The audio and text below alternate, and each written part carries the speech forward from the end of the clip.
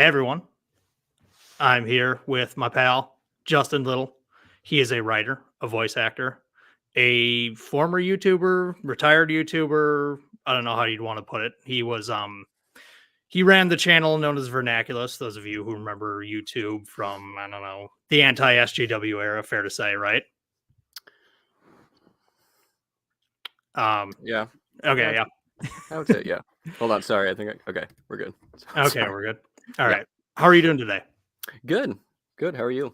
I'm fantastic. Good. So Nice. I'm just warning you guys ahead of time. We will talk about some foosball. And if you don't like that, you may as well not watch because I feel like there's going to be a few references to it. Yeah.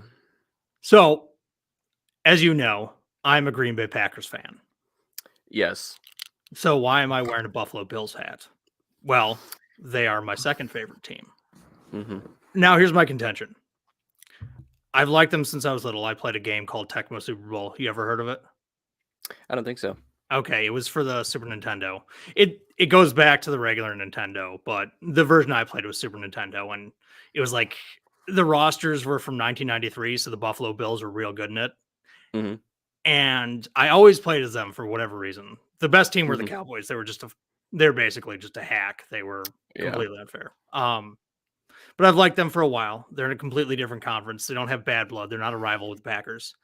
Mm-hmm. And they're my second favorite team. Is that acceptable? I mean, it's acceptable. It doesn't mean I'm happy about it. That's okay. You I are am a Patriots fan? Yeah, I'm a Patriots fan. I'm fully convinced that you only invited me here because the Patriots went 4-13 this season, and you're here to make fun of me about it. So, what do you think about Bill Belichick leaving? To be honest, I'm kind of disappointed. I mean, considering what he's given to the franchise, I mean, like, there's no doubt he's a stellar head coach. You know what I mean? And like, I have faith in Gerard Mayo. I think he's going to be a good head coach, but it's just like, you look at how, like, take the Steelers, right? How they treated Mike Tomlin. I mean, the dude's what? Like, I mean, I'm not sure about the exact stat, but I think he's won 3 playoff games since 2011. Yeah. And they're extending him. Mm-hmm. And, you know, I can't remember I can't remember the last time the Patriots won a play. I think it might have been the Rams Super Bowl. The last time we won a playoff game. Because they lost to the Titans in the wild card round. What was that? Yeah, that was Brady. I think Brady's last throw with the Patriots was a pick six. That's Bill right. Belichick's last loss with the Patriots was to the New York Jets. Ugh. So I'm really feeling it. Yeah, I was honestly surprised about it. Like, you don't let a guy like that go, but he might go to the Falcons. They interviewed him. We'll see. Yeah, the next Super Bowl is going to be the Patriots and the Falcons are going to come back From after being down 2023. 28-3. Yeah. But what do you think the Patriots are going to do at quarterback? Oh, I honestly have no idea. You see, you have people saying, like, to be fair, I don't think I want Caleb Williams. Okay. I think just because, like, I've Why seen not? just because, I mean, I know he's really talented, but I've seen reports come out where he's like, oh, if I'm going to be on I mean, I don't know how true this is. I read it somewhere, but it was like, he said something about how he wants ownership stake in the team that he's going to be on. Really? Or something like that. And I just like, I don't know. So I mean, I feel like the consensus pick for the Patriots right now is what is it, Jaden Daniels, I think. I don't watch college, so I'm not familiar with him. Yeah, Jaden Daniels, who's, not too bad. Some people are saying the Patriots are going to get like Marvin Harrison Jr., a wide receiver in the first round, and then take Bo Nix in the second round if he's there. Something like that. So bunch of different mock drafts going around. I've heard people float the idea of Russell Wilson going there. Really? Yeah. I don't know if you want that. Look, I think anything's an upgrade at this point. Almost anything is an upgrade. So, depends on what we give for him, I guess. We shall see. So, like I said earlier, you Would you consider yourself a retired YouTuber, or would you what would you describe yourself as? Yeah. Be- I mean, I would say I'm retired YouTuber. I mean, I used to do it. I mean, it was my career for a little while. Um, but I mean, I've stopped doing it. I've tried to um, fixate on things that I'm more interested in now, Okay, like fiction writing. I did a little bit of voice acting, stuff like that. But I've got a steady day job too. So cool. yeah. And I will say this: you are a very talented writer. You're I've Oh, read thank some you. of your work, so Oh, no kidding. Well, thank you. yeah. Well, you sent me the what do you call it? Your book. Oh, you actually read it. I read. I appreciate that. Yeah, I Not read many it. Then I people gave it do. to my brother. I don't know if he's read it, but Oh, all right. Yeah. yeah. What? So what you used to be a pretty popular channel back in the day. First of all, what was the deal with the pumpkin head? It was well, I think I found the original pumpkin head on like it was some like, oh god, I'm trying to remember. It's like some old, it was like a website, or basically it was something that was just full of emojis. And I saw that one and I was like, ooh, that looks pretty cool, you know? So I just popped that one on, because the way I perceived my channel was like I was just um like nothing was super produced. Hmm. So yeah, I was basically just a guy sitting down talking. So that it just kind of reminded me of like the news. So I just posted that on a news anchor's body, and then that was it. And then after a little while, an artist um, made some like fan art of um, the emoji like pumpkin head thing, and Okay, so I ended up using that, and they actually animated it too, which was very, it was really cool. that is cool. Um, yeah, I wouldn't know anything about like sitting around and reading the script or anything like that. My videos are nothing like that. So Yeah, yeah, it's just all off the cuff. You're just yeah, you're that definitely. I'm you're just that good. yeah, exactly. Um, so I guess you were considered part of the skeptic community. And I watched a lot of that content back in the day because Hmm. it was super popular and I never took you for like a wave rider, but obviously Hmm. the minute something gets in on the YouTube scene, a million channels jump on it. And that talk about a saturated markets. The anti-SJW thing was huge for a while and anybody and everybody was doing it. And it's times Yeah. like that, or it's like in recollection, I thank goodness that I was such a slacker with YouTube at the time because I would have posted like anti-SJW videos that wouldn't have been very good. But Hmm. what are your thoughts on the whole thing in retrospect? Because it's not really a thing anymore. Yeah, I mean, and it's interesting how quickly these things grow and die, because my experience with it is that you build this audience around this one, particular topic, and then that's kind of all anybody, wants to see. So you need to kind of keep, rehashing the same sort of arguments over and over and over and over and over again. You just sort of like, because especially with like the culture of kind of like response videos, it kind of gave people an excuse to, rehash the same arguments over and over and over again. If you're finding different, you know, relatively popular YouTube channels that are making those same arguments over and over again. Hmm. Um, and it kind of, I don't know, it just kind of became stale, and I wanted to um, move on from that and expand. And I thought there would be, a budding interest in um, more serious journalism, or like more serious, philosophical written work, or uh, uh, history, things like that. I wanted to expand into that, and uh, nothing really, nothing really took. Nothing Hmm. really hooked anybody. Everyone was just sort of like, not everybody, that's an exaggeration, but a decent amount of the audience either wasn't tuning in because it wasn't what they were there for, Hmm. or it was just kind of like, hey, when's the next, you know, when's the next politics video? This history video is great, but like, when's the next one?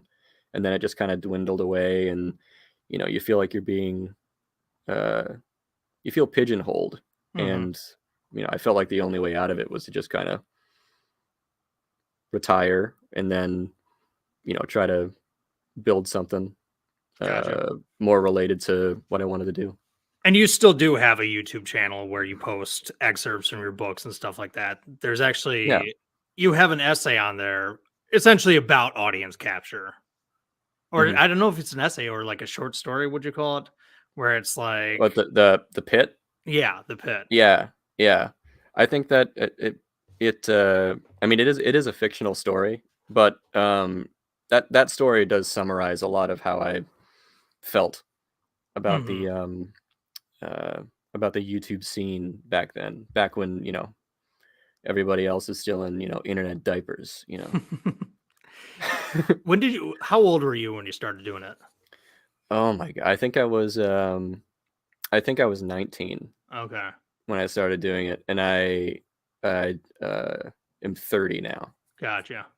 So And what does a 19-year-old know about the world? jack shit. About the, no, no, no. But I don't know. I felt it was cool to like the way I did things was it was sort of like a um I was trying to figure out the world Hmm. in that way. And at the beginning, my videos were just it was just me, and I was just ranting into the microphone in my kitchen. Like Yep. that's all I did. You know, I mean, I wrote stuff down and everything like that, and I read it, but it was just me reading scripts and stuff like that. So that was sort of the way I figured out my worldview, figured out, it was how I figured things out, I Hmm. suppose. Thinking out loud. Yeah. Yeah, Yeah. I would say so. So I'm not asking you to name names or like spill the tea or anything, but it was anti-SJW YouTube back in the day was clicky, I guess you would say. It was definitely like a community, Hmm. and obviously there have been rifts in that community. It seems like a lot of the people who were involved in it were Hmm. were center left, and now they're kind of look at it as folly in retrospect, and they're more left wing. I think about like the Amazing Atheist who really started the trend on YouTube. Like he was definitely a center left guy, and he criticized SJWs, and now he's like a communist who talks about things like intersectionality. And it it seems like people have really gone different paths. Hmm. What do you think there was like a cohesive nature to it, or was just like, oh yeah, we all kind of think this group of people is stupid, and so we're gonna make fun of them? Um, I don't really think it was a very cohesive thing. I mean, I wasn't intimately involved in any of that stuff. I was kind of I was just kind of doing my own thing. Like I don't think a lot of it was super cohesive. I think it was just sort of, a bunch of people kind of agree about one thing, and Hmm. then, you know, the nature of the internet and sort of the people who are arguing about politics on the internet, sort of, friendships develop through that um naturally. What I found really interesting, I mean, what you said about, people who are, become from the former skeptic community, I suppose, are becoming more left wing. I see a big trend in people becoming right wing as Oh well. I yeah. think the whole like the what was born out of um that era, I feel like was populism. I feel like that people became much depending on whether they identified more with the left wing or right wing versions of it. I think there are a lot of you know a lot of people back then who had populist sympathies, and as somebody who doesn't necessarily share that view, you kind of feel like an outcast sometimes. Sure. And I didn't mean that the community as a whole moved to be super left wing. Like Sargon No, of no, I know God, that. yeah, is a great counterexample to TJ. He was also a forerunner in the community, and Mhm, now he's pretty conservative mhm, after identifying as like a classical liberal or whatever the fuck for a yeah. long time. Um, do you have any regrets? No, I don't think so. I think the only regrets I suppose I would have is just, any sort of like factual like mistake I would have made. But I don't know. I feel even if I get something wrong and I got like clowned on or whatever it was, it always served a greater understanding. So Sure. I don't know. I don't feel like I have any regrets. I suppose the only regret I would have is that I don't know. I didn't focus more on my, fiction writing, which is what I, really wanted to do. I wanted to do journalism and fiction writing, and then you sort of get like, you get roped into doing things that, or like making content, or at the very least feeling forced to make content Mm-hmm. to satisfy like the audience that you've built. Sure. But I feel like that's similar with, it doesn't matter what sort of content you make. That's true for everybody. And I feel like the YouTube algorithm doesn't really serve that well. Like it kind of pushes you into being typecasted, or like, it certain content takes longer to produce than others. I think that's pretty obvious. Yeah. I when I moved, I quit my job, or went to a new job, moved Mhm. across state lines. It's huge pain in the ass. There was basically a 4-month gap in my channel. And part of that was because I was busy. Part of that was just because I was like, I'm between jobs right now. I worked like a dog in my last job. I know I'm going to work like a dog at my new job. I'm just going Mhm. to take a little me time. It's going to be nice. Going to play Mhm. some Tears of the Kingdom. It's going to be fun. So I Mhm. didn't like post anything on YouTube for a good 4 months. And when I came back with a video, it's just anemic, like half of what I Yeah. usually get. And I get it, like they want you to create more contents, um, and it's not going to help you in the algorithm. It makes sense from a financial standpoint, but it's like, if I want to make, there are certain videos that I want to make that will take a lot of research. It's like either I'm going to have to accept that there's going to be long gaps in between my content and that Mhm. I'm going to get lower view count because of that, or I'm going to have to do these projects simultaneously, make regular videos as well as long form ones, or I'm just going to have to ditch the idea of doing long form content in general because YouTube Yeah. just doesn't incentivize that. Right. Right. No. Yeah. I mean, I totally understand. I mean, uh, I made a quote unquote documentary about um, Hitler's rise to power, as well as a 3-part series on Stalin's rise to power. And those took, I mean, an insane amount of research, a whole lot of reading, everything like that. And I was looking through my channel, and they didn't, neither of them did as well as, me just, I don't know, looking at a tweet that I disagree with and being like, hey, like, this is stupid. Like, how do you not know this? And then, Hmm. that's like, 80, 90,000 views. And then, you make an entire documentary, and then it's like, you get, maybe 10, 15, Right. and you're like, oh, all right. So like, it's just the incentives are all messed up, because it's just like, they don't incentivize effort. They don't incentivize like necessarily good content. They incentivize, getting more and more and more of it. And if you can develop a niche and you have a lot of people who want to see more and more and more of it, of the same thing over and over again, then you know but I don't know. I never really like, I never got into like trying to figure out the intricacies of the algorithm and stuff like that. And maybe that's part of why I am retired now. But Hmm. it was never something that crossed my mind. It was never like, I could tell the way my audience was reacting Hmm. to different things, but I never, you know I Yeah. know some people who are like trying to figure out like, okay, so if I do this, the algorithm will do this, and it promotes me there and all that stuff, and I can network this. And I never thought I could figure that out, so I didn't even try. I mean, So it's it is, because I haven't figured it out either. yeah, But it is a skill in its own right, yeah, navigating the algorithm, and I don't think it's one that necessarily goes hand in hand with good content. Like hmm now, YouTube, because in response to TikTok is really pushing the shorts, and they want people to do shorts, do little, 30-second content blurbs. It's like, can't really unpack an idea with that. So what are we doing Yeah. here? It doesn't lend itself well to, I mean, some things it's fine, whatever, short of fucking football highlights or something like that is perfectly fine. But Yeah. if you want to actually unpack something, you need longer form content. So we got a $2 super chat from Keep Calm and Carry On. You are my favorite political YouTuber. I don't know if that's for me or you, but either way, thank you. It's you. So how would you describe your politics? My I say like on the whole, I would say that I'm a center left liberal internationalist. Okay. I love this country, support the Constitution. Mm-hmm.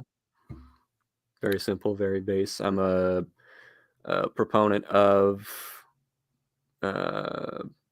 mixed economy, like sort of a welfare capitalism type deal. A big supporter of gun rights, and that kind of gets me in trouble with some center left people. Mm-hmm. But other than that, that's broadly those are my politics. Gotcha. So the people you were criticizing, you meaning the skeptic community or whatever, back in the day, the content you were criticizing, it seemed like this big cloud of like people who were genuine ideologues who were saying things that were absolutely insane. And then there were also people who were just silly and like, Yeah. and the community as a whole was directed at every little bit of it. And some of it was just like neener, look at these fucking idiots, let's make fun of them, which is fine, whatever. People get made fun of on the internet. Some of it was real, like, rigorous analyses of here's what cultural Marxism is. And I think there was sometimes a tendency to conflate the two. It's like, oh, this stupid bedroom feminist is saying this because she's been indoctrinated by the Marxists and I don't know. Did you feel at the time like what you were doing was important or it mattered or that you were like part of some movements or anything like that? I didn't think it was important. I thought it mattered to I don't know, a small degree, in the sense that it might, sway some people. But I don't know. I feel like even back then, I was less concerned about like, sort of like the Jordan, like the Jordan Peterson, like the cultural Marxists are taking over everything and, all this stuff. I was just, my main focus was journalism, in the sense that like, I was not a, I had a lot, what I did have a lot of hope in was back then there was a big push regarding new media, in the sense that this would be like, we're going to get like serious people like that care about these sorts of topics. We're going to get like I was expecting people were going to start funding like independent press trips to like different countries. Like I thought that was the direction everyone was going with all the criticism of like the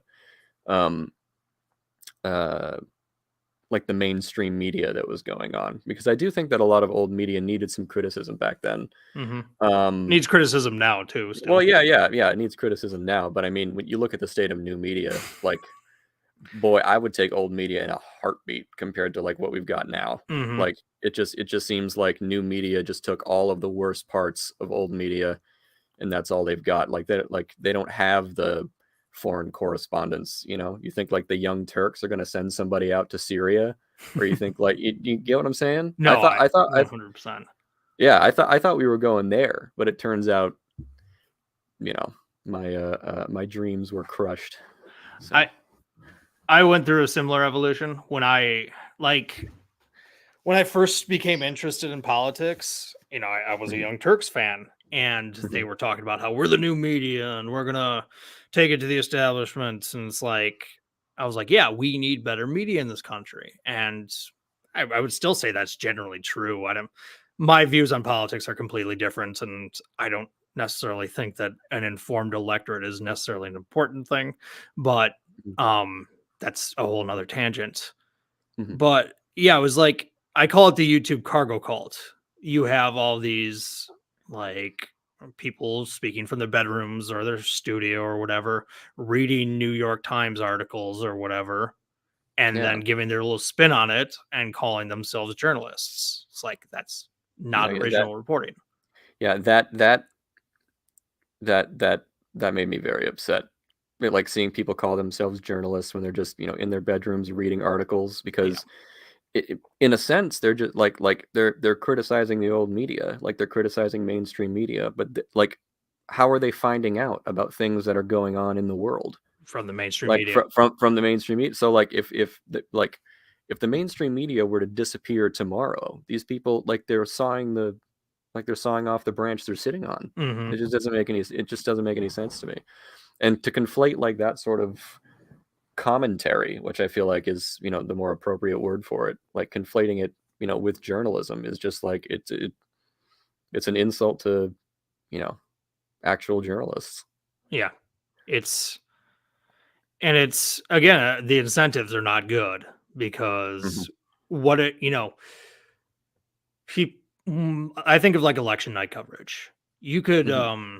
visit the New York Times website yourself, and they make a little money off that and see the results there, or you can watch some YouTuber refresh his page and donate money to his snap, or his donate him, you know what I'm saying, donate Hmm. money to his chat. By the way, I would love your super chats. Oh, And thanks. Good. yeah, and it's just like Tim Pool isn't riding around in his van doing exit polling. No, he's just fucking relying on mainstream media for the numbers. And then dude has the nerve to say like the media reported the Iowa caucuses were early so that supporters wouldn't show up. It's like, you stupid motherfucker. When you did your live stream on the Iowa caucuses, you were relying on the mainstream media.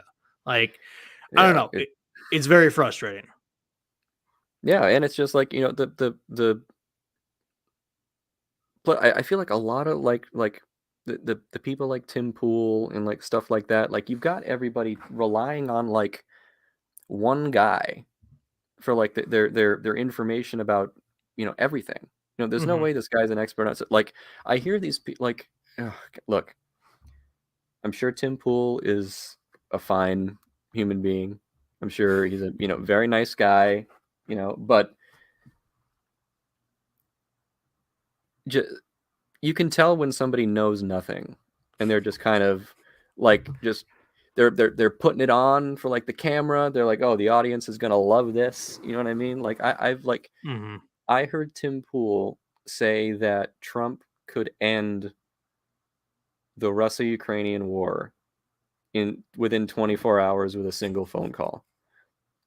Um, I can't believe no other president thought to do that. Yeah, Man, do you want to know the content of that phone how? call? What would he say? Trump would say, "Hey, Ukraine, if you don't go to the negotiating table right now, we're gonna pull all of our aid." Wow. Like yeah, he could totally end the war. Yeah. I Like always want to ask these people. I'm just like, oh, I I don't always know. want to ask these people, why do they think that Vladimir Putin would accept a peace deal? Like, Yeah, that his strategy is grind it out, and that's what he's doing. It's like yeah, he thinks he can win the whole shebang if he just sticks with it. He's betting on the other side, folding. yeah. So, And I mean, Putin has had like ever since the um ever since he started sending the quote unquote, little green men, which are basically just non-insigniated Russian troops into like Donetsk and Luhansk, like he's had 3 or 4 like off ramps he could have taken mhm, before, what was it, February of 2022? we're coming up This on war, 2 years. Yep. yeah. So he had like 3 or 4 different off ramps he could have taken, but every single step where he could have gained something, like he could have, but every single time he's escalated. And so I have Mhm. no idea what people are saying when like I just the whole Ukraine war and like had really, there was a lot of ideological dividing lines, let's say, when it came to, the response to the Russian invasion of Ukraine. it spelled out a lot of things for me. It's definitely an example of like horseshoe theory of politics because Mm-hmm. the far left and the far right have very similar rhetoric on it, very similar perspectives. And I Yeah. think you said on Twitter way back when it first happened, way back, it was 2 years ago, that it's fundamentally about a hatred for liberalism. Liberalism being, I hate to use the term because Dave Rubin ruined it, classical Yeah. liberalism. Mm-hmm. Because, yeah, and Russia is very much opposed to that sort of liberalism. And Yeah. so it's not surprising that the fringes of our politics are sympathetic towards it. Yeah. I mean, like I remember, like there was some confusion. Somebody was like, how are we seeing, like how are we seeing the far left supporting, a regime like Putin's? Like, Mm-hmm. why is the far left like, supporting imperialism? Why is the far right not getting all patriotic and being like, this is America's ally? Why we need to, get troops on the ground over there or something like that. Like, Mm-hmm. why is there this all, but yeah, I do think it just comes down to like a hatred of like liberalism, because Yeah. whenever these two groups of people agree on something major, it can set your watch. It, like, liberalism is being eroded in Mm-hmm. that situation. And as long as we're talking about Tim Pool, what kind of loser wears a beanie on a stream? Seriously. Yeah, I know. I just don't get it. Anybody who wears a beanie on stream should be, I don't know, thrown out a window. I can't stand it. Hey man, if I was more popular, Putin would probably do that to me. Oh, shoot. Yeah, well, The stream. So I did get some questions. First okay. one was, this is off topic. It's not at all off topic. Who do Okay. you think the Super Bowl will be? Teams. Oh man.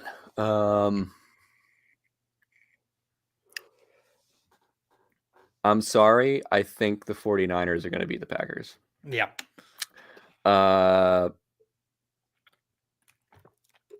You know what? It's too easy to say Ravens 49ers. That's my pick. That's your pick? Mm-hmm.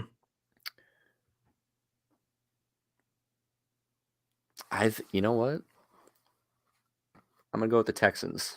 Texans. Ooh, 49ers. that's an interesting pick. Yeah. So obviously I want the Bills or the Packers to win. I think the Packers are very unlikely to beat the 49ers. I thought that, then again, I didn't think they were going to beat the Cowboys either, and they curb stomped. Yeah, I mean, I would not be surprised if they, if they pull it out, but it's a tough, considering history. I would say It's a tough, I would say that the 49ers are the best team in the NFC. That doesn't mean that they're going to win, though. I mean, like, the 2007 Patriots were better than the 2007 Giants, but the Giants just had to beat them once, and they did. Sorry to bring that up. It's okay. By the way, did you know that the Packers actually beat the Patriots in the Super Bowl? I am aware of that. Yeah. You brought this up to me before. It's the old Any Given Sunday, and granted the game's on Saturday, but whatever, it's the same principle. Any team can beat another team, and these are divisional round playoff teams. You've gotten rid of the tomato cans. We don't have scrubs playing anymore. Right. But if the Packers don't win, I want the Bills there. I have a bad feeling they're going to lose to the Chiefs, though. I hope not. I could honestly, it wouldn't surprise me if the Chiefs made it to the Super Bowl again, which would just be boring at this point. Yeah, I'm getting. I mean, to be honest, like I was getting bored with the Patriots making it to the Super Bowl all the time. I don't believe you. Like, it's like, well, actually, the last Super Bowl, the Patriots Rams, I was working. I was bartending. Okay. So I was like, it was on in the background, and there wasn't a whole lot of, like, there were a lot of people in there watching, but there was just not a whole lot. Like, it was like, oh, all right, cool, Super Bowl's on. Patriots are in it again. It's our sixth Super Bowl. Nobody really cares. So I'm kind of glad that we're like in the basement now, because it's like, let's get back there. Yeah, people start appreciating it. Here's the thing: the Patriots have won 6 Super Bowls, but they also lost a Super Bowl to the Chicago Bears, and I feel like that counts as like -5. So really, they've only won 1. But it was what was it? It was the one good Bears team. My theory on the Right? 85 Bears is that the NFL was just that terrible. Because, okay, I've watched the Bears for a long time because of the Packers' main rival. And Yep. even when they'll go like 13-3 and they're still terrible and they lose in the first round of the playoffs. Yeah. And the one year where I was alive, where they made it to the Super Bowl, they were the number 1 seed at 11-5, and the Saints were the number 2 seed at 10-6. Back then, it was kind of like it is now. Like the conferences were so lopsided. The NFC was just awful, and the AFC was good. Mm-hmm.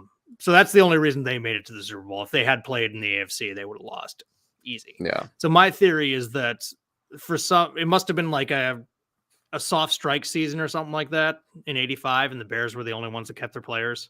Like, there's no way that they were actually good because they're never good. Yeah. I mean, that's the weird thing about the Patriots is that, like, if we're going into the Super Bowl and we're playing a shitty team, we're gonna lose. Like, that's just how that's just how it is. Like, if I feel like if we go into the Super Bowl as the favorite, it's just not good. Like, we lost to Nick Foles. We lost to Eli Manning.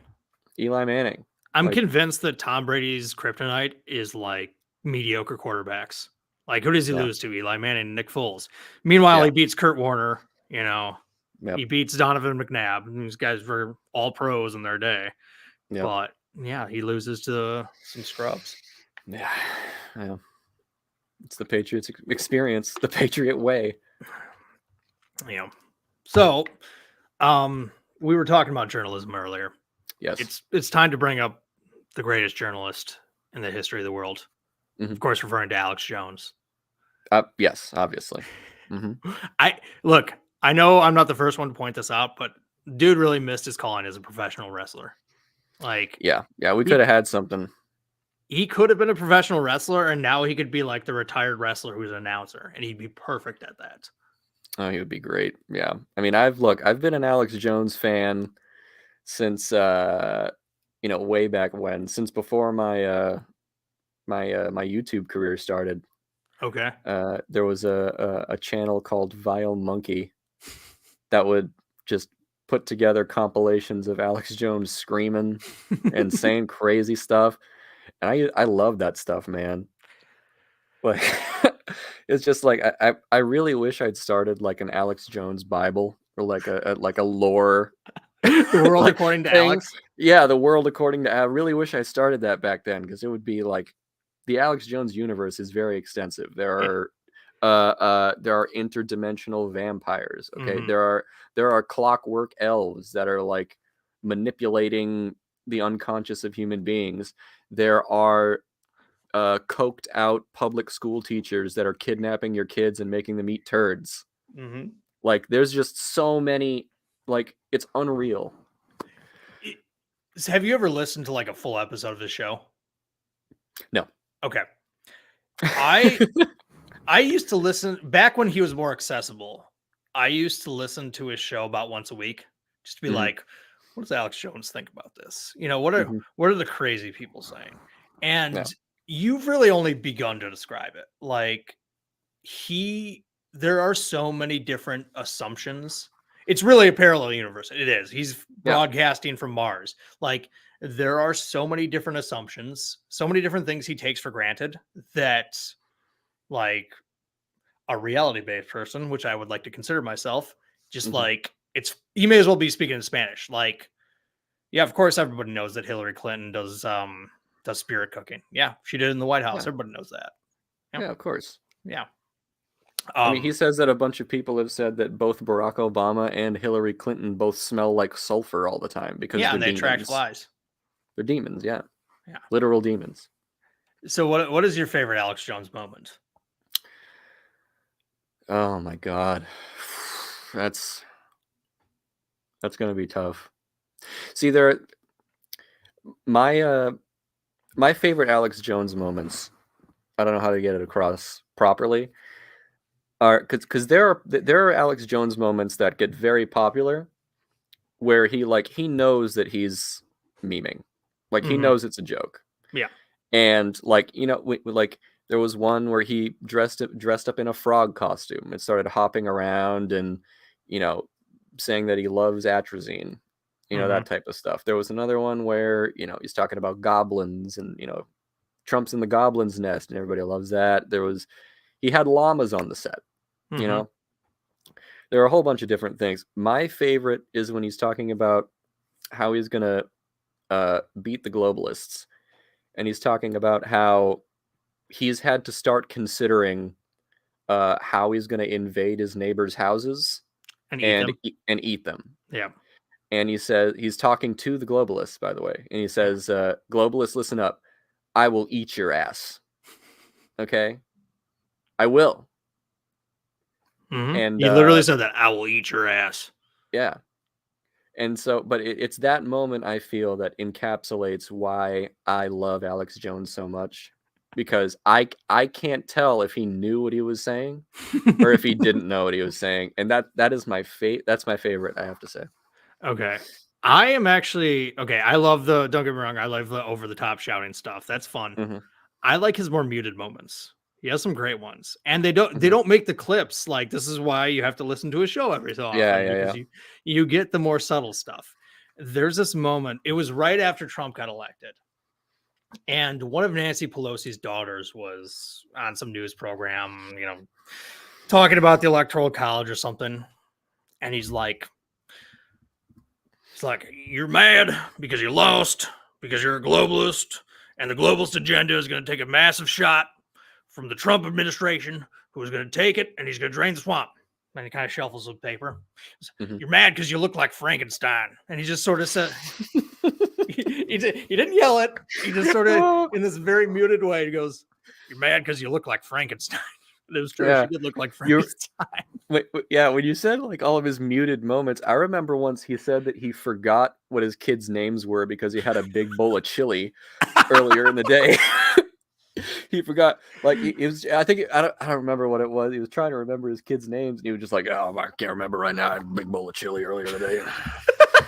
You know, and he talking about how George Washington would ride his horse while he had diarrhea. Like, I had no idea. Dude, I'm telling you, it goes so deep, and I need to start archiving things or something, because this is too, like, the greatest entertainer of all time. I wish he could. I wish he were just that. I wish people just saw him as that. That's the thing. Like, he is a genuinely terrible person. Like, the things he says about people are just awful, and not just it's horrible. Yeah, and not politics. Everybody knows the Sandy Hook thing, and I'm not. Yeah, of course. It's one thing to just take shots at politicians, but go after real people who have been through a tragedy. Oh yeah, there's no excuse for any of that. Yeah, of course. It's sort of like Trump. He's also a terrible person, but he is funny. Alex Jones is fucking funny. I don't care what anybody says. No, yeah, he's hilarious, and I don't think he knows he's being funny half the time. No, he knows that's the best part about it. Yeah, he knows he is about half the time, and I feel like that's kind of ruined it for me. Like, now that he knows, he kind of hams it up. Yeah, like it's not real anymore. You've seen the GIF where he takes off his shirt and runs out. Yeah, like you know, that's a memed moment, but yeah, it's like, yeah. If it was an organic moment, that would be the best thing ever. That would be my favorite Alex Jones moment, but it's not. Yeah. What was I going to say about him? Alex Jones. We were talking about his muted moments, looking like Frankenstein. How he's a horrible person. The same. He is a horrible person. Yeah. God, I can't even remember. This is why you should write things down in your notebook when you think of them. But I don't. Yeah. Speaking of journalists, you're a big George Orwell fan. What is your favorite Orwell work? You could say that. Ooh. My favorite Orwell work. You mean like work of fiction, or can I do like essays? Essay, work of fiction, doesn't matter. I really enjoy. I think he reviewed one of Alex Comfort's books. I think. I don't know who that is. It was just an old, totally forgettable writer, obviously, but he just he eviscerates him, and basically he eviscerates the case for pacifism. Okay. And this was written like in the midst of World War II. Okay. Where pacifists were still well, maybe not in the midst, maybe just before. I can't exactly remember, but it was just, it's one of my favorite works because, like, it cuts through a lot of sort of delusion, I think, that's common in like pacifist circles and like just the world at large. And it really had an effect on me because I read a lot of his work when I was, pretty young, and I was like Mm-hmm. George Orwell essentially was my introduction to the political world, like Yeah. uh as a whole, like independently. He was the first, like, I gotta read all this guy's stuff. And but yeah, I'd never thought about just how much existential security, like the extent of American wealth and stuff like that. And uh, he was basically talking about like the British. And he said something like, I can't remember the exact quote. It's like, essentially he was making fun of pacifists and criticizing pacifists for the only reason they're able to argue for pacifism in the first place is because they live in such security and wealth, and they don't know what the real world is like. Yeah. They don't know what it's like out there. They don't know what it's like to live under the Nazi regime. Mm-hmm. Like, they don't get it. And I don't know. It's a soft spot. I have a soft spot for that one. Gotcha. That's definitely true. Yeah. I actually have not read that much Orwell. Obviously, I Hmm. read, 1984 and Hmm. Animal Farm and back in high school. But in college, I had to read Homage to Catalonia. I believe that's the name of the book. Yes. Yeah. And I loved it, but I couldn't tell you what it was even about because that was 15 years ago at this point. But I Yeah. remember Well, it it's really the resonating the with me at the time. yeah, it was a Spanish Civil War, um, and I don't know what made me admire Orwell too was that he's just like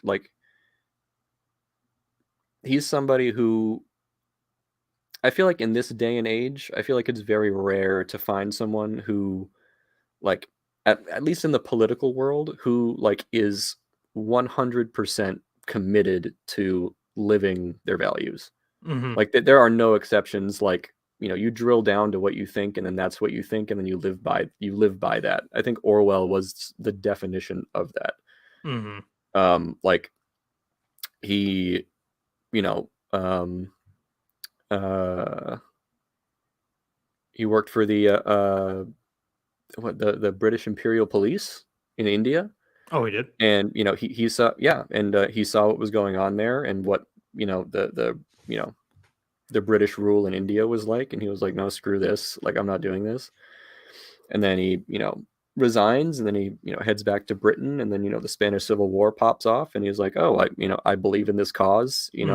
I'm an able-bodied, I want to fight fascism, I'm an able-bodied man, he goes and fights, Yeah, gets shot in the throat, and then, like, it's just, there's there's a deep respect I have for anybody who can do that, definitely. because I mean, I admit I can't do that. And I Yeah, don't I'm a know. pussy. I don't know. Yeah, I don't know anybody. I don't know anybody. Well, I'm. It's very tough to do. You have to Yeah. make a lot of sacrifices to include like big sacrifices. Like, I mean, he could never really get married. He Hmm. couldn't really, have because he's moving around constantly. He lived a very hard, very fast, political life, Hmm. and I wanted to do that for a really long time. But then, as age sets in, reality sets in, you're like, okay, let's simmer down a little bit. We don't have to do all that. The world has a way of beating you down, doesn't it? Yeah, it does. It does. What is George Orwell's real name? I can never remember. Eric Blair. Eric Blair. Okay. Why did he change it to George Orwell? I think he changed it to George Orwell because um I don't know. I mean, probably for the same reason that somebody names their YouTube channel, something that's not their name. I mean, I think he wanted some kind of pseudonym just because of, he thought he was writing like, very radical stuff. I mean, um, and I think he named himself George Orwell. I think George after, King George, and Mhm. Orwell, I think it was a I know it was a river, but I can't remember where it was located. But so, Speaking of pseudonyms, how did you come up with Vernaculis? Vernaculis is, I believe, a misspelled Latin word for idiot. Really? Yeah. I think it's supposed to be vernaculos with an O-U-S, and I tried to make my name that, but it was already taken. Okay. So I misspelled it. Well, how And appropriate. yeah, but the thing is, I don't even know if it's actually a Latin word. I think I just went on Google and was like Latin word for idiot, and that was one of the options. I was like, all right, let's do that. Do you know why I named my channel what I named it? Why? There are literally thousands. Nobody calls me Steven in real life. And obviously Oh, okay. I don't include my middle name when I meet somebody. I don't go, I'm Stephen Michael Davis. I go, hi, I'm Steve. Mhm. There are literally thousands of Steve Davises in America. And Oh, really? I Yeah. had to Oh, set well. myself apart from those losers. So Yeah, I hear you. I went by my full name. You are the Steve I'm Davis. the Stephen Mike. There's actually another Yeah. Stephen Michael Davis on Facebook. And Oh. Did you guys fight yet? no, but one time on Twitter, I did tweet go semi-viral, Hmm. and a guy named Steven, and he spelled it with a PH, Stephen M. Davis, liked it. And I was Mm. like, dude, why didn't you follow me? We could have been best friends, or we could have been Yeah. mortal enemies, but we have the same name. I'm assuming his middle name is Michael. What Yeah. other? You got to choose one. Yeah, I mean, I guess it could be Malcolm, but that just doesn't have the cadence that No. Yeah. That Michael does. it's using my full name is actually how my family discovered my YouTube channel. So like, Oh, really? yeah, I did not want people to I don't want generally people in my real life knowing about this Hmm. for various reasons. Of course. But my dad, I was the exact same way. okay, I yeah. totally understand. And that's part of the reason why for a long time I didn't appear on camera. Part of it was just like my old apartment, I just didn't have space. But it's Hmm. like it's also easier to talk behind a what do we call it, little animated thing. Yeah. But my dad does not go on YouTube often. Like he doesn't log into an account. Hmm. Somebody sends him a YouTube video, he just watches on his phone or whatever. Hmm. But he actually logged into his account. And my point being that he doesn't have metadata. He doesn't have like these recommendations based on what he's watched previously. So Right. when Michael Davis in Milwaukee, Wisconsin logs into YouTube, guess what pops up? Stephen Michael Davis. And he's like, I I see. saw your project. I think your grandma would like to know about that. I'm like, please don't tell anybody. Yeah. No. But God. Yeah. then he did tell people. It's Hmm. I'm grateful that my family is supportive of me in that way, but it's Yeah. like he wouldn't shut his mouth about it. So Right. whatever. It's just, I mean, I don't know. The reason I didn't want my family knowing about this, and uh, I honestly, they didn't really know about it until I kind of, until I left already. Except for my dad, who I was doing like, it was a while I was doing live streams. I think I called like, it was the morning paper stream. I would just get I'd get the newspaper from the convenience store down the street, and I would just, read it and like Hmm. shit talk with chat. And my dad goes into the chat and is like, "Hey, everybody, what's up?" You know, and like, but the thing is, it's like the chat, like I don't know, the audience that I built very much liked to shit talk. You know what I mean? Just like Hmm. ball busting, that type of stuff. So like, it was hilarious seeing the chat because my like they were all roasting me. I was roasting people in chat back. Or going back and forth. Zingers back and forth, and then my dad comes into the channel and everyone's like, "Oh, hello, Mr. Little. Hello, sir. Like, how are you today?" And then one guy goes like, "Hey, Mr. Little, how does it feel to know your son's a nerd?" And then like everyone just started going, like it was just, oh my god, it was insane. It was an insane day. That's really funny. Your dad was a Yeah, military yeah, man, wasn't he? yeah. Still is. Okay. What Yeah, branch? Army. Okay. Gotcha. Yep. I think he's a first sergeant. Okay. Very cool. Yep. But luckily, he's I think over the next 2 years, I think he's got 2 years, and he's retiring. Okay. Gotcha. My So, dad ran a nonprofit, so oh, big nice. deal. Yeah. Yeah, And which is funny absolutely. because I think my views on nonprofits aren't the Yeah. greatest. Oh yeah. Like, Oh, I can imagine. you know that industry that paid for everything for me for like 18 years of my life at least? Well, Bullshit. Oh no. don't bite the hand that feeds. That's why I haven't made a video about that. So, Yeah. Oh no. Yeah. but That's so also a reason you don't want people knowing about it, because you're worried. exactly. Like, yeah. I mean, you're worried. Like, let's say you're I don't know. You're really going in on somebody, and then you find out like, oh, your cousin actually agreed with everything that they said, and you just called them an idiot, and Right. like, you don't know what you're talking about, and they're like, oh really, that's how you feel? You're like, Yeah. oh no, well, so you got to be, you got to be on your best behavior, and I feel like back then it was super easy to, kind of treat the internet like it's something that's separate from life. Like, Yeah. you can just kind of get on here and ball bust and shit talk and do whatever, and like, it's just the internet, who cares? But Hmm. then, when your channel starts getting bigger, and your family starts, you got your family, like, noticing things about that, you start to kind of analyze your behavior and go, ooh, like, Hmm. I probably could have said that in a better way, or Yeah. I didn't really need to go do all that. So I think I don't know, I feel like that's a natural progression that people kind of go through whenever they get on the internet. Yeah. Definitely. I mean, some people learn the hard way. Like, they Yeah. post the N word on Facebook, and then like 10 years Well, later, yeah. yeah, 10 years later, it's like, oh, you don't get a job anymore. Sorry. Yeah. Yeah. Okay. Yeah. Yeah. So, what are your goals with YouTube going forward? Do you have any? Well, not really, not particularly. It's basically just like a kind of like a posting ground for short stories, and keeping people like updated on, whenever my novel's coming out, like that type of stuff. I'm just trying to focus on uh fiction writing. I don't really have any, it's kind of just like a I don't know, like a poster board, really. I don't have any super long-term goals with it. Gotcha. I used to be a decent writer so like in college, I studied history and economics in college, and I had to write history is all writing papers.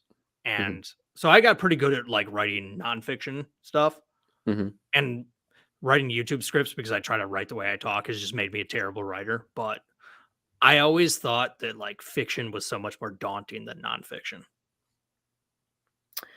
Uh, it To be honest with you, it might feel that way at first, because it feels that way for me. But when you're trying to write like a nonfiction, in the sense that you're trying to write either like, a history paper, you're trying to write like an argument for something. Hmm. You very much have to be aware of, like, you have to make all of the correct caveats. You have to make sure that this can't be interpreted the wrong way. You have to make, like, there are so many things that have to be in your head all at once. And when you're writing fiction, it's just kind of like, when you start writing fiction after that, sometimes it's difficult to know where to start, because you don't necessarily know what's right, or where you're going, or what's going on. Hmm. But my experience has been, as I've started writing fiction, it's felt so much more freeing, because you don't have to worry about any of that. You don't have to worry about, oh, is somebody going to take this the wrong way, or have I caveated this enough, Hmm. or am I making sense? Like, I mean, obviously you have to make,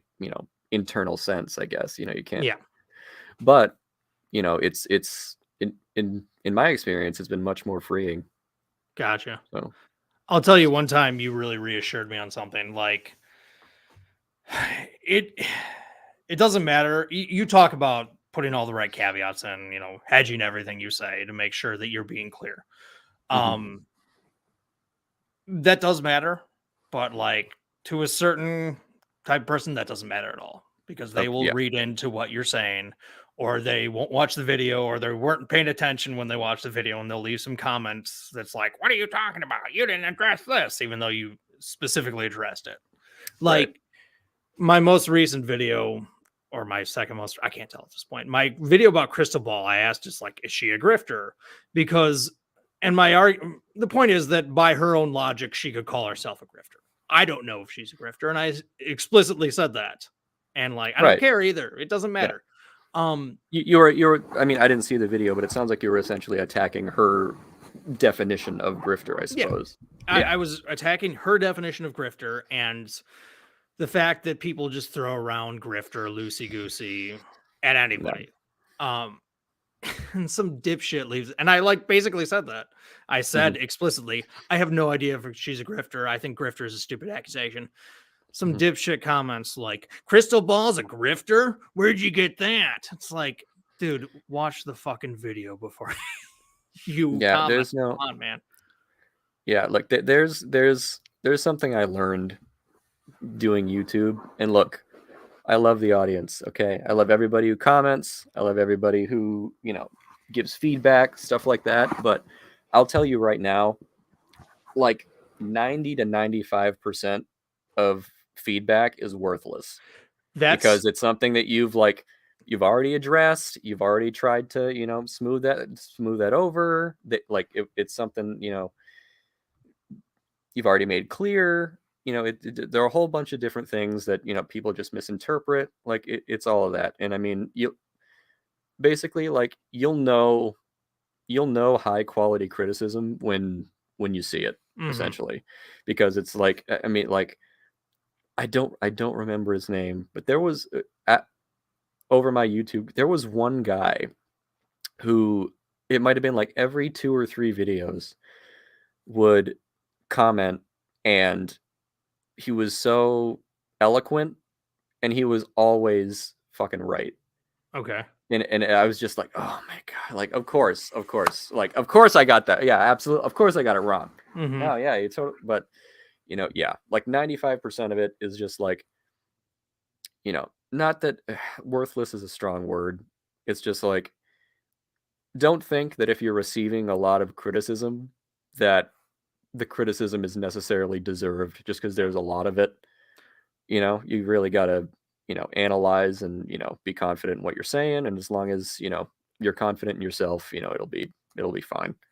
When you told me, because you told me the 90 to 95% thing, and I was Yeah. like, oh, thank God, somebody who had a much larger audience than I do at one point, like, Yeah. is told, you're essentially saying a lot of criticism shouldn't be taken to heart, like, Yeah.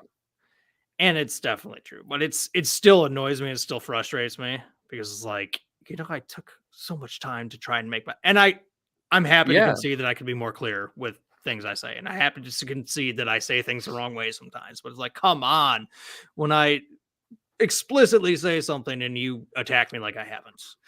By the Yeah, way, yeah. I've definitely had that experience too, where you're trying so hard to not be misunderstood, and it doesn't seem like it matters, and it's just like, oh my god, like okay, here we go again.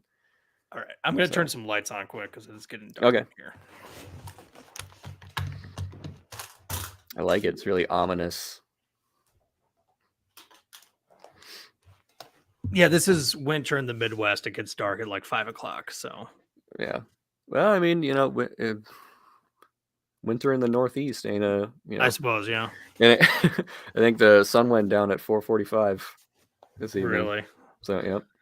Oh God, how cold is it up there?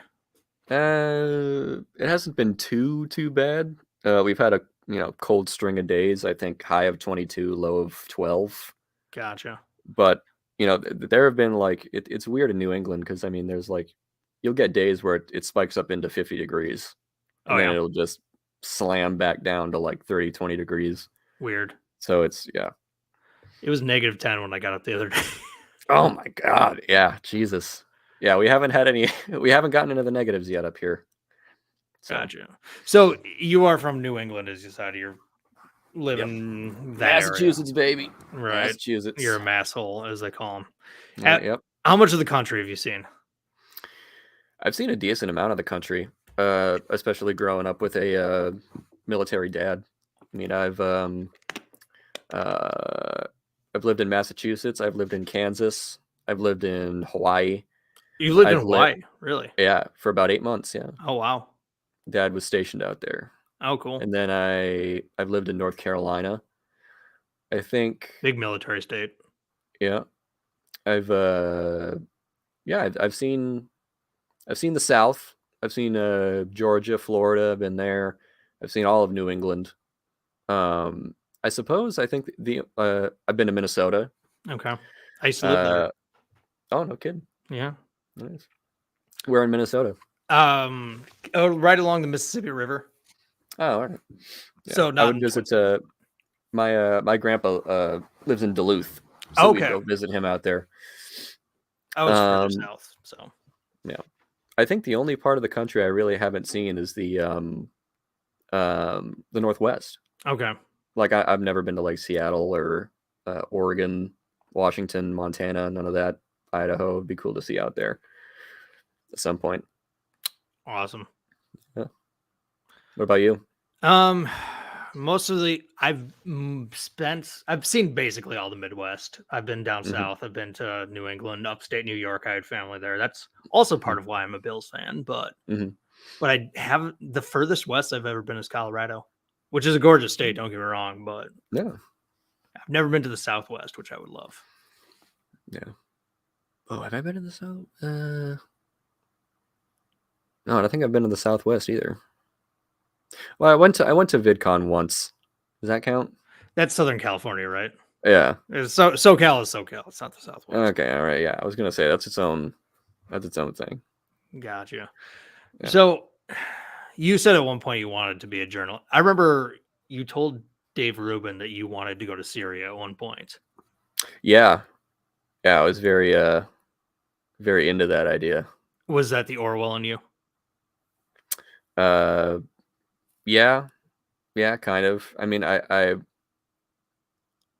mean, obviously, I admired him, and I wanted to, emulate that. Mm-hmm. But I just felt like, I don't know. It was like it was the last, desperate call of somebody who wanted, a good new media. I Mm-hmm. wanted like, uh, I wanted that. I wanted to do that, but it's just that like for one guy who doesn't have a lot of money, I don't speak any other languages That'd be aside from tough. English. Yeah. Yeah, there are so many different hurdles to Mm-hmm. to doing something like that. Um, and also I had a lot of I had personal commitments that I ended up valuing higher than going to Syria. Um, so it just it didn't seem like it was in the cards. Um, but yeah, those were aspirations that I had at one point. Okay. Have you ever been to other countries? Yeah, yeah, I've Which been one? to I think I've been to Europe. Okay. Like I went to I visited Germany and Ireland, Oh wow. but I haven't been to. Yeah, I don't think I've been to. Well, no, that's not true. I've been to Mexico. Uh,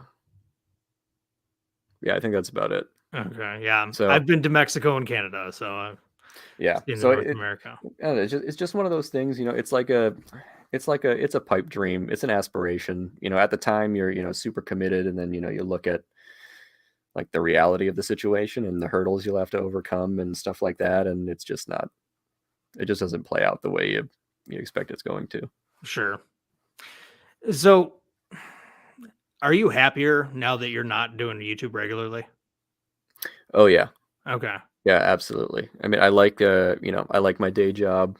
It's nice to just be able to, you know, clock in, know what I'm gonna do every day, and clock out instead of having to, because I get when you're doing YouTube full time, you're constantly thinking about the job. Like you're constantly Mhm. like, what's the next video gonna be about? Like, Yeah.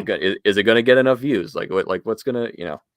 So it's nice to have that sort of that space. Yeah. So I'm a lot more. Plus, it's not like when you go into your day job, there's no comment section. At your day job, like, look, it's so many people were so nice to me. I love love a lot of the people that I got to meet along the way and all that stuff. And it's fun to think back and you get like nostalgic about it. But like, it's so nice to not have to like because for a really long time, like the reason I gave you that advice was because for a really long time I was taking like all criticism to heart. And if I Mhm. didn't look through the comment section and like, read what people were saying, I would feel like I'm avoiding, like what if somebody figures out that, I got something wrong and I don't see it, Yeah. so I'm like going through it and, I feel compelled to do that. And it's just, You see, like, I mean, the stray, like, you're doing your day job. Nobody goes, "This sucks." You know what I mean? I, Like, what the do you not fuck are have? you talking about? Like, no one, nobody does that, and it's great. I don't know. I at my last job, I got some emails to that effect. Oh yeah, yeah, yeah. Well, the But thing is too, it's like, I mean, my like politics YouTube, when you're responding to things, you're like your whole job is telling people like they don't know what they're talking about.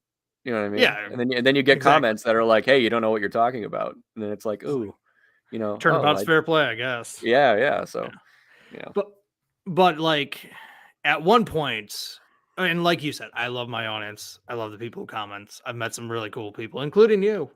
Um, oh, thank you. I really do enjoy it, which is why I've kept it as a hobby. At Hmm. one point, I thought I would have wanted, or I wanted it to be my job. Absolutely not now. I like Yeah, having a regular job, so to speak. yeah, You know, yeah. I You're think, gonna want that. You want that flexibility with your YouTube because, like, yeah, yeah. So if I don't want to post a video for 4 months, then you know what? At least I'll be able to put food on the table. You know, right, it might yeah, destroy my channel forever. I don't know. Who knows? But yeah, is what it is. You know, I've made videos that nobody watched before. I can do it again. So, yep, yeah, um, absolutely. what was I gonna say? I ate a big bowl of chili, and I can't remember now. I need to start using that when I can't remember anything. Yeah. So like, but there's something about YouTube. Something about YouTube. But yeah, it's like, oh, I know what I'm gonna say. And this is a bit self-aggrandizing in a way. Trust me, I don't mean this that way. But Jerry Seinfeld was being interviewed about like what it's like being a stand-up comedian. And he's like, you realize how I see the world? It's like I'm looking around and I'm thinking, "Oh, how can I make a joke about this? Like, I'll Hmm. be driving my car and there's a truck with carrying whatever, and I'm thinking like, how can I spin this into comedy gold? Hmm. Uh, when you're too in deep in the YouTube, it's kind of like that. It's like, oh, Justin said this on Twitter. I'm going to respond to that and make it into a video. Can I milk? Yeah, yeah, Can I milk 12 minutes out of this? And yep, it's just it can be agonizing. Don't get like I yeah, said, I enjoy it, and I yeah, would not do it if I didn't enjoy it. But it's just right, like you're constantly just looking for content fodder, and right. that's not always a healthy place to be in at all times. Hmm. No, absolutely, It can be definitely very agree. draining, but Oh yeah, yeah, I've been that's there. that's why it's important to have a for me not only just obviously my family and things Hmm. disconnected from YouTube, but to have a job disconnected from YouTube. It's like Yeah, this is what life is like in the real world. So yeah. And what's sad is like I think like the I'm not sure how true this is, but it's like the number one thing that like kids want to be now is like a YouTuber yeah. or like a Twitch streamer Hmm. or something like that. Like that's the superstar job now. It's not Yeah. like It's not singer or like pop actor. star Yeah. or actor. It's yeah, they these poor kids, they don't know what they're in for. They Well, just don't. and part of it is a lot of people don't realize how much work it is. Like, Hmm. and I don't make like high tech videos. My videos are not well edited or anything. It's just image of a Yeah. scuba diver and then some clips spliced in. But Hmm. it's a grind. It really is. Like, I just wrote a video and I have to edit it now. It's going to take me hours. Hours of my life I could be spending doing something else. Hmm. But yeah, occasionally I'll run into somebody and they'll be like, I was going to respond to you, but I didn't realize how much there was to this making YouTube thing. It's like, Yeah. yeah, it's time consuming. But that's the case with anything. People see the finished product and they think it's easy to do, and then they open up that black box and they start to see what it actually goes into it, and how the sausage is made, to mix metaphors. Um, and it's a lot to it. So Yeah. And not only just like, editing work, it's a lot of like mental energy, a lot of mhm. mental energy, a lot of emotional energy. It's like you need to like when you're writing a script or something, you're trying to make yourself, you're trying to make a cogent point or something Yeah. like that. And it's like, look, the amount of effort that goes into that, I don't know if people really like if people get it because they see like highlights of like, like they see like 30-minute excerpts from Twitch streams, and it's like Mm-hmm. people like, debating each other, and that's like the content, Yeah. or like these types of things. But if you're trying to like sit down and like it's like you're in college. It's like Mm-hmm. you're trying to sit down and write like a cogent paper about something, and then you read it out, and then if you're trying to do that, like especially if you want to do it full time, like trying to do that like every 3 or 4 days, Yeah. or every couple days, like that's a lot. That's a lot, Mm-hmm. especially The if it has to be about the same, you know, in the same like topic wheelhouse too. Like you yeah. run out of stuff. I don't know if have you ever watched the channel like Film Theory or Game Theory or anything like that?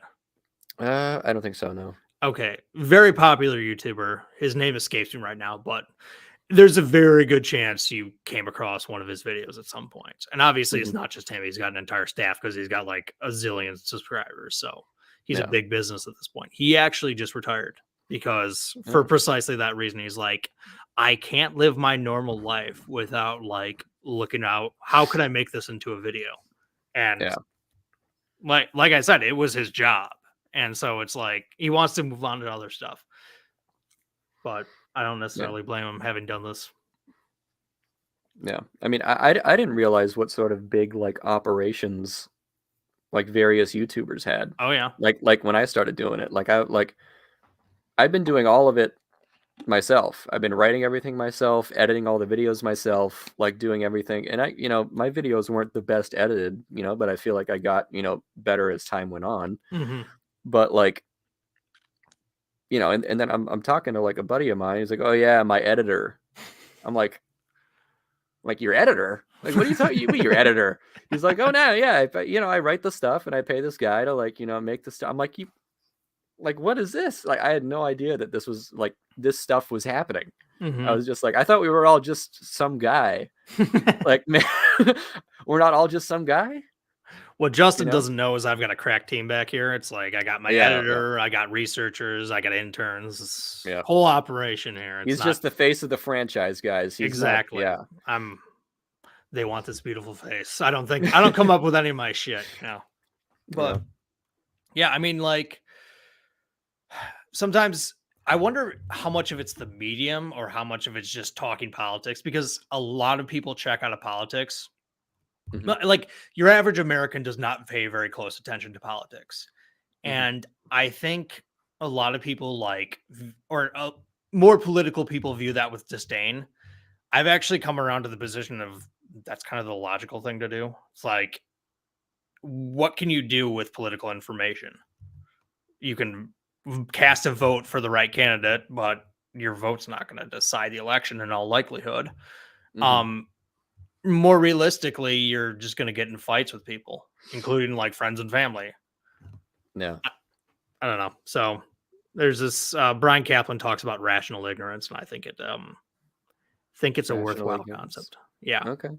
Like just like all of the incentives are pointing you towards kind of checking Mm, out of politics, or yes. There's yeah. and I forget his name, but he's got an interesting book of why you should ignore politics. And I really I really want to make a video about it, but it's like I do a political channel. So I'm basically telling my audience, hey, this bullshit that I talk about, it's bullshit. You shouldn't pay attention. But Yeah. I talk about it because I enjoy talking about it. So it's Yeah. not I don't see myself as like an activist or like necessarily trying to persuade people. Apparently I have on some things, which is cool, but Yeah. I don't know. I think like I mean, as somebody who, wanted to be a journalist for a long time, we might disagree about um an informed electorate being an important thing. okay. I think it is an important thing. I just think it's I mean at this point with like the um like the playing field the way it is, I think it's almost impossible Yeah. to properly inform an electorate anymore. So Especially with I don't TikTok. know. Yeah, I mean, you got people living in entirely different universes from each other. There's just no like I've had so many conversations with like different people, and like you hear them start to talk, and you're like, I mean, this also sounds very self-aggrandizing, but you're just like, oh my God, like we're gonna like we're gonna have to go back 10 years, man. You're like this is all just not this is Yeah. all not right. Yeah. So, speaking of politics, we have an election coming up. hmm What are your thoughts on that? My thoughts on it are, I mean, like during my YouTube reign, I was Hmm. very much known for kind of being like middle of the road, like do whatever like I'm just here for the facts, man. Like Yeah. that type of stuff. But I mean, I like at this point, I feel like I don't know. I don't feel a serious vote can be cast for the Republican Party until like the cult of personality has been Hmm. purged from it, just because like it feels like the Republicans are like they're pretending to be like a serious political operation, and it seems like the party platform is like, don't make Trump mad. Like whatever you do, just don't make him mad. It just feels like that's the motivation. Like I don't know what sort of like policy prescriptions they have for the country. Like I think Donald Trump just did like a a rally or something, and he was talking about how his policy platform is we're going to have laws. Like we're going to have Wow. laws. We're going to turn this place into a crime-free zone. It's like, oh, Sweet. great. Like, can we get some specifics? Like, what are we thinking about that? Yeah, it just feels like the whole party is like, it just keep Trump happy. Yeah. That's like the incentive for the Republican Party. And And like, the thing yeah, is he's going to loom over that party as long as he's alive. And yeah. when he croaks, which could be soon, I mean, like, he's I fat. mean, he's old. Yeah, He's fat. He's old. He's apparently like snorting Adderall. Who knows? yeah. He apparently shits himself because of it. But anyways, um, my I'm not, point being, I won't believe that until Alex Jones talks about it. yeah, okay. My point being, he's old and he doesn't take care of himself. Yeah, And he has a very stressful, or he had a very stressful job, and though apparently he watched TV all the time, but I think that stressed him out too because he was worried about yeah, what people were saying about him. But yeah. when he finally does croak, like he's gonna have a million imitators, and most of them won't live up to the Trump standard, but Yeah. I'm sure one will break through eventually, and it's just I'm not I'm optimistic about it. I'm just wondering about like because I'm not sure how the Republican Party is going to react to that, because like if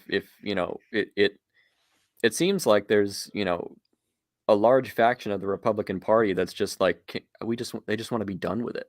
Yeah, You know what I mean? So like I don't know if Trump dies and then there's like a gigantic sigh of relief, like, oh my god, like okay, like cool, okay, like let's get back on track, let's or if it's going to be like you said, they're just going to be a million wannabe Trumps, and then the electorate or like the Republican Party base is just going to glob onto one of them, and then that's the new Trump. I don't know. sometimes I wonder if like the GOP base only like 5% of them actually are Trump diehards, but like hmm so many of them are pretending to be because they think everybody else is. And like one day there'll be this emperor has no clothes moments and everyone will Yeah, discover that they hate him. But I'm yeah. beginning to Well, think that's not true. yeah, especially with I don't know, Iowa going the way it has. Yeah, because voting's Yeah, anonymous. People don't know how you vote. yeah, Actually, in caucuses, you sometimes make a speech for a candidate, but like, I think so. yeah. Have you Or ever been to a caucus? I don't think so. I mean, is that where like they're just groups of people are in a room, and like you kind of like, I mean, you might not know their names or anything like that, but don't Mhm. people like separate off into different groups for different candidates? And Yeah. So in 2008, I had to go to a caucus for one of my classes in school in hmm college, and Minnesota was a caucus state at the time. So, yeah, I went.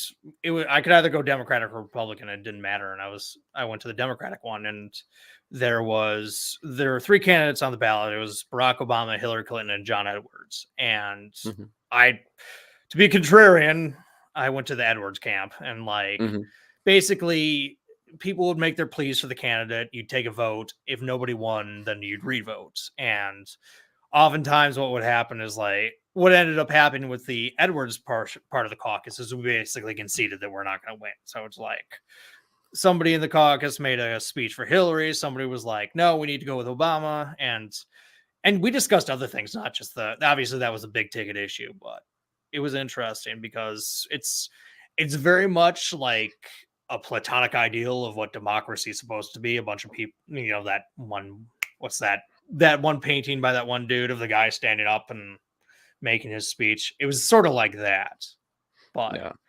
in reality, is like most of the shit people were saying was stupid. So it's like, No.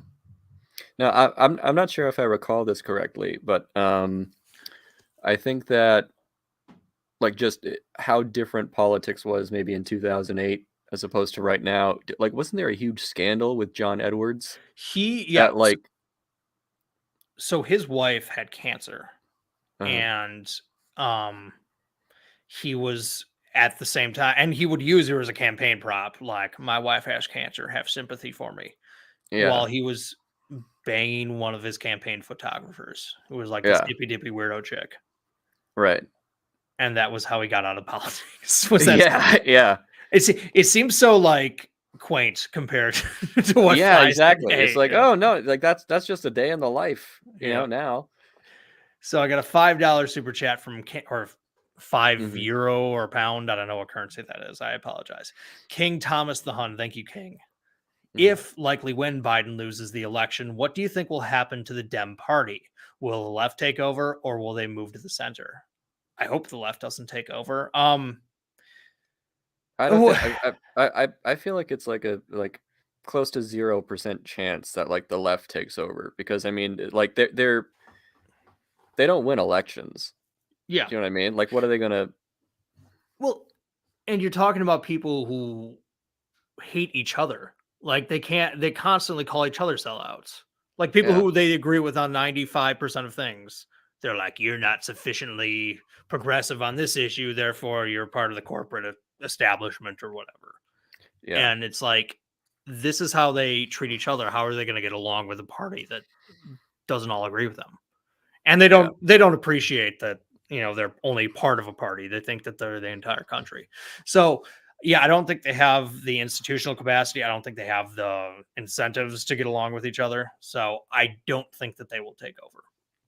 yeah. And I mean, like, I don't even know. Like, honestly, like, if Biden does lose the election, like, where does the Democratic Party move to? Like, Yeah. what do they move towards? Just like, oh, we also like hate democratic norms and just like do whatever the hell we want and I don't know. Like, I mean, it's just I don't know.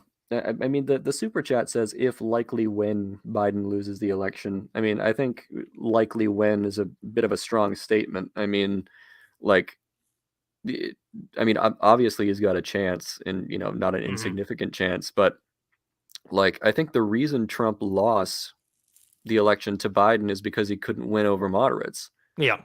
right? And I mean, I don't think Trump has done anything since his loss to Biden to win moderates over. So Like, if anything, he's got all these court cases going on. He's mhm. got there's going to be a Supreme Court hearing most likely about whether or not he engaged in insurrection and whether Yeah. that disqualifies him in the first place. Like, I don't think he's done anything to court moderates whatsoever. So I think the most likely outcome is going to be kind of a repeat. So if you look at the polling right now, Trump is winning in most of the polls. Yeah, There's and in this general, if like the past two elections, it's been pretty skewed towards Democrats in the first place. So those are mhm. pretty bad for Biden. Yeah. Yeah, There's a theory though that the reason why that's the case is because Biden is president now, and a lot of people have forgotten about Trump. yeah, Not by his efforts, because God knows he's trying to be in the headlines all the time. But yeah, like, and then once he's center stage and he's the Republican candidate and the Democrats are running ads, people are going to be reminded of what how exhausting he is. yeah, So that's the theory. It could be true. I have no idea. I'll find out with the rest of you. yeah. I mean, there's no real way to like super accurately predict this stuff. Anyways, Yeah. I mean, we'll see what happens. Those poll numbers can always fluctuate. I suppose if the election were held right now, it's it would be a likely Trump win, but I mean, we're gonna have to see. Yeah. So Alex Jones is not in the chat, which is disappointing. But we have someone Okay. who's almost as great as him. Sent Okay. a $5 super chat. Nick Adams, alpha male. Yes. Stop drinking soy lattes and start eating steak and eggs like me. Well, Nick Adams, I just want to let you know this morning, I did have steak and eggs. I had steak and eggs this morning. As I was hopping out of the shower, my muscles were rippling in the mirror. I was admiring myself for about 15 minutes. I had a great morning. I'm not sure what your morning was like, but I hope it was something similar. We appreciate the super chat. Do you know who Nick Adams is? No. Oh, I have no idea who he is. He is self-proclaimed Donald Trump's favorite author. And Okay. it's sort of like Alex Jones in that part of it has to be performance art. Oh, okay. But don't say that. He's here right now. Well, Nick's an alpha male. He can take it. Okay. But, so he, beginning of last year, or end of 2021, he tweets out, he's Australian, by the way, but he's a U.S. citizen. I'm not going to try and do Nick Adams here. I'm not going to try and do his accent, but he tweets out something interesting about the Australian accent. What's that? When they say the word no, they say every single vowel in order. Really? No. They go no. I had no idea. So that's how you speak Australian. Good to know. Yeah. You just string a bunch of vowels together. That's right. But whereas Polish is you just string a bunch of consonants together, and that's how you speak Polish. Bet you didn't know that. I did not know that. I would never insult the Polish. But so Nick Adams tweets out, like, alpha males begin their day by eating a medium rare steak, drinking 3 raw eggs, saying the Pledge of Allegiance, and getting down on your knees to praise Donald Trump and thank God. And so I was like, well, I'm going to give this a try. Wait. They praise Donald Trump before they thank God? Well, you got to save God for last. Say the best for last. You know how it is. Okay, all right. Yeah, that makes sense. Besides, Donald Trump is God's servant on earth. Let's be real. Okay, yeah. Vicar of Christ on earth, yes. Obviously. So Pope Trump. I got a steak. I got some eggs. Yeah, dude. I put up an image of Donald Trump hugging the flag, and I put my Bible next to it, and I put out and I actually did this. I prayed to the God I didn't believe. I said the Pledge of Allegiance. I thank God for Donald Trump. I ate my steak, read some Bible, drank the eggs, and I took a picture of everything before I did it, and Nick Adams retweeted it. Nice. And I got invited to an alpha male group chat. And how about that? Look at you. Yeah, it was. I've never been invited to an alpha male group chat. Well, it's exclusive. Okay. All right. They did a lot of talking about football, which was interesting because Nick Adams is a big football guy. So, I'll tell you about his football analysis after this because it's a context you'll understand. Like, this has to be performance art. And so he retweeted it, and all these guys were like, alpha male, yeah. And then a bunch of idiots who thought I was being serious were like, you fucking idiot, you fell for this grifter. And it was really funny. But this alpha male group chat, they eventually figured out that I was not down with the cause, and they booted me. So that was a shame. I'm sorry to hear that. Do you remember when Nick Chubb got injured this season? Yeah. Gruesome injury. It was horrific. God, I feel God. It was one of those injuries where they didn't show it on TV because it was that brutal. Yeah, just warning everybody, gruesome language. Okay, his leg basically snapped in half. Yeah. Like, it was awful. It's like I would be surprised if it didn't end his career, but which is a shame because he's a great player. So good. Yeah. So good. But Nick Adams goes, it's a shame that alpha male Nick Chubb got injured. The Cleveland Browns should look to Tim Tebow or Herschel Walker to replace him. Okay. All right. This is not. Herschel Walker retired in 1993. Like his CTE is pretty bad in all likelihood if you watched his Senate run. But like, doesn't matter. Like, he retired in 1993. He's like 50 something. He can't play professional football. Like, you have to know that, right? And Tim Tebow, I didn't realize Tim Tebow was a running back. Tim Tebow was a quarterback, and then like on one practice squad, he took some tries at a tight end, and he's also like past football age now. He's like upper 30s. He's not going to play fucking running back for the Cleveland Browns. He has to know that, right? I mean, look, if I were Nick Chubb, okay, I would just simply be an alpha male, and I would play the rest of the season on a snap leg. Well, I would simply command my leg to be healed. I'll tell you what. If you drink raw eggs and eat steak and say the Pledge of Allegiance in the morning, that leg will be healed up like that. I feel like all that would really do is make me shit my brains out at noon. Like, I wake up in the morning with a medium rare steak and drink 3 to 5 raw eggs. Yeah, it like, was buddy, I'm not leaving the bathroom until like 2 p.m.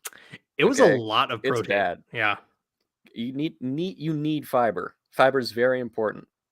You need some roughage. Well, yeah. Your beta male stomach does, but my alpha male stomach. Yeah, I thought that's probably the issue. You can get to such a state of alphaness that you're like Kim Jong-un. You don't have to shit because your body's just that good at absorbing the nutrients. So I don't know if you know this, but I'm actually the foremost, the most well-respected journalistic scholar on Kim Jong-un's bathroom habits. Really? Yeah, I did a whole lot of research. I figured it out. Give us the skinny. Kim Jong-un is actually lying about not having to take a shit. However, he does hide the fact that he takes shits. So what he does is he has his car crew. Okay. He's got his little caravan. When he has to take a shit and he's in public, he takes a shit in a chamber pot in the back seat of the car. No way. Yeah. Next thing I know, you're going to be saying that he didn't invent the hamburger because he did. No, or was that his dad? I can't remember. Alex Jones invented the hamburger. Oh, he did. Okay, gotcha. Yeah. So, I don't know. We've been going for about an hour and a half. How much time do you have? I mean, it's running up to the amount of time I have. I'm gonna have to feed my cats pretty soon. Right, your cats' names are Moose and Gizmo, correct? That is correct. Yep. And Moose is a menace. Yep. Gizmo is an absolute sweetheart. He's a little snuggly angel, and Moose is in all of my nightmares. Really? He's a bad cat. Okay. Well, no. He's not a bad cat. He just imagine any scenario at all. Imagine the worst possible thing a cat could do in that scenario, and he'll do that thing. Okay. It's not like violent, it's just like he's mischievous. He's like he's a Loki. You know what I mean? He's a trickster cat. I like cats. I grew up with 2 of them, but Katza and Schroeder were their names. But oh, nice. Yeah, Schroeder was I was of course a stupid kid. I was like pulling their tails, and Schroeder would just take it, but Katza would hiss back and swat at you with her paw. Yeah. This was back when they declawed cats. So yeah. I mean, with Moose, I mean, because I think it was they say that declawing is similar to if removing your fingers. Yeah, taking off the first knuckle of every finger. With Moose, we've had some swiping issues with other animals. So what we do is they're called claw caps. Mm-hmm. They're basically just little dull plastic things that you just glue onto their nails. Okay. And it'll eventually they'll rip them off, but over time, it keeps them from, so we just put it on his front paws, and if he needs to defend himself, he's still got his back claws and his, his teeth. So gotcha. So, and this might be a good note to end it on. Yeah. Potato sent a smiley face with 50 Norwegian kroners. I'm gonna smile back at you. I can't make my mouth a V like that. Anyways, it's been very good to talk to you. Thank you so much for coming on the channel. Yeah, absolutely. It's been fun. If you got 2 minutes, I'll say a few things to you after we end the live stream. Mm-hmm. And then, but thanks for watching, guys. I linked Justin's channel below. He writes interesting fiction. Like I said, he's a talented writer. Whatever else is true about him, he's a globalist and a talentless hack, but he can write a good novel. All right, take care, There we guys. go. Bye.